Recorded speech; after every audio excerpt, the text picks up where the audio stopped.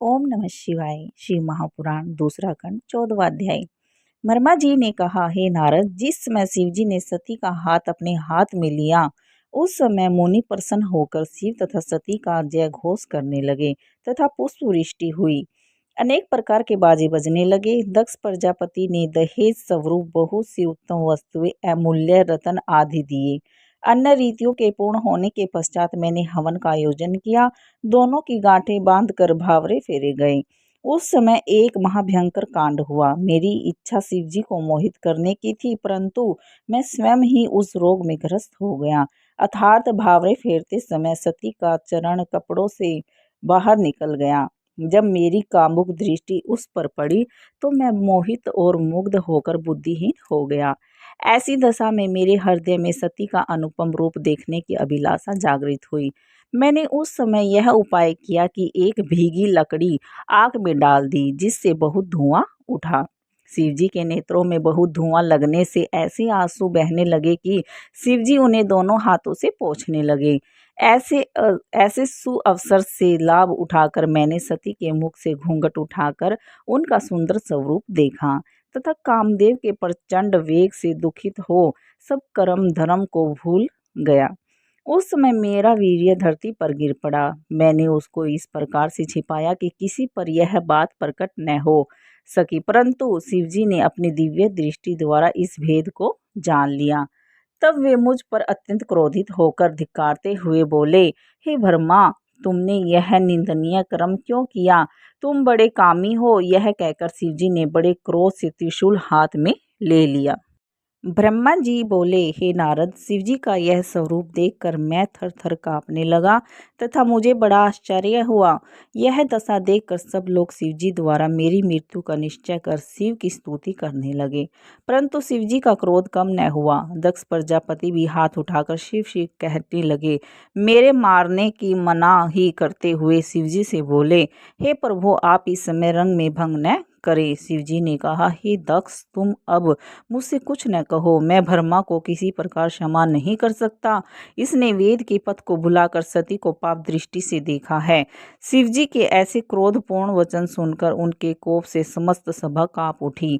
तब विष्णु ने शिवजी की बहुत स्तुति करते हुए कहा, हे प्रभु, आप अप्रेम्य हैं। आपका आदि अंत कोई भी नहीं जानता। मुझे तथा ब्रह्मा को सृष्टि की रचना के लिए उत्पन्न किया है कि बिना सृष्टि के सब लीला व्यर्थ हैं। फिर आप ही ने तो ब्रह्मा जी को उत्पन्न किया है, इसलिए आप उनका वध न कीजिए। यह सुनकर शिवजी ने बड़े क्रोध से कहा, नहीं, ऐसा नहीं हो सकता। हम ब्रह्मा का अवश्य ही वध करेंगे। हम स्वयं सृष्टि की रचना करेंगे अथवा दूसरा ब्रह्मा उत्पन्न कर सब लोगों में इस बात को प्रकट कर देंगे। हमको अब मत रोको, हमारा क्रोध कभी व्यर्थ नहीं जाता। शिवजी ने यह कह अपना मस्तक शरीर जलती हुई अग्नि के समान कर दिया। देवता तथा मुनि आदि कोई भी ऐसा न था जो उस स्वरूप को देख सकता। मैं तो जैसा शिव रूप में ही समा गया। दक्ष को भी अति खेद से सब आनंद विस्मरण हो गया। उसने अत्यंत दुखी होकर शिवजी के चरण कमलों का ध्यान करके बहुत प्रार्थना की। विष्णु ने मुझे शिवजी के चरण कमलों के नीचे डाल दिया तथा मुझसे बहुत स्तुति कराई तथा स्वयं भी स्तुति की। वे बोले, मैं और ब्रह्मा दोनों आपके सेवक हैं। आप अपनी कृपा दृष्टि से हम दोनों की ओर देखिए। ऐसे आनंद उत्सव में किसी प्रकार का शोक उत्पन्न नहीं होना चाहिए। केवल आप ही हमारे रक्षक हैं।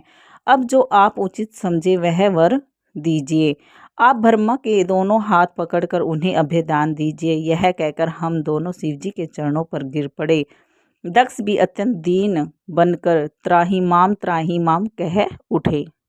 हे नारद, उस समय शिवजी ने सती को अत्यंत दुखी जानकर अत्यंत कृपा पूर्वक मेरे मस्तक पर अपना हाथ रखा और मुझे अभयदान दिया। उस समय मैं तथा विष्णु अत्यंत प्रसन्नता को प्राप्त हुए। दक्ष तथा अन्य सभासद भी आनंद मगन हो गए। उस हर्ष में भरकर मैंने भगवान सदाशिव की अनेक प्रकार से स्तुति की और यह कहा, हे प्रभु, आपने मुझे पाप रूपी समुद्र में डूबते हुए की रक्षा की है और नरक की अग्नि में पड़ने से बचाया है। अब आप कृपा करके वह उपाय बताइए जिससे मेरा यह महापाप नष्ट हो जाए। यह सुनकर श्री शिवजी ने कहा, हे ब्रह्मा, तुम अपनी स्त्री सहित तपस्या करो तुम्हारे पाप का यही प्रायश्चित है। जब तुम तपस्या द्वारा निष्पाप हो जाओगे, उस समय तुम्हारा नाम रुद्रशिरा होगा और तभी तुम अपने संपूर्ण मनोरथ को प्राप्त करोगे।